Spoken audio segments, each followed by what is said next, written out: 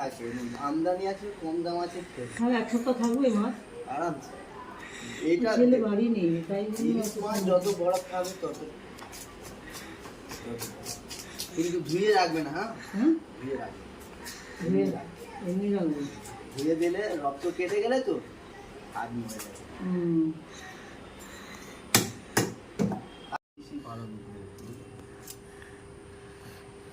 এখানে আছে কতটা দিন, সেটা আমি দেখবো। একদম জ্যান্ত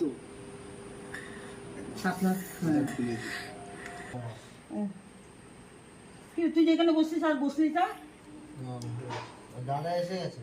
ও তোর দাদা থাকে না। আজকে মা কি রান্না করবো মা?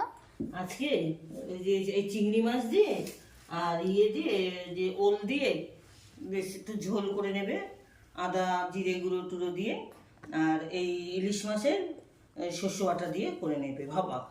আচ্ছা। হ্যাঁ, শস্য বাটা দিয়ে করে নেবে, আর আর একটু কুমড়ো ভাজা করে নেবে। আচ্ছা, হয়ে যাবে, আর লাগবে না, আর কিছু লাগবে না।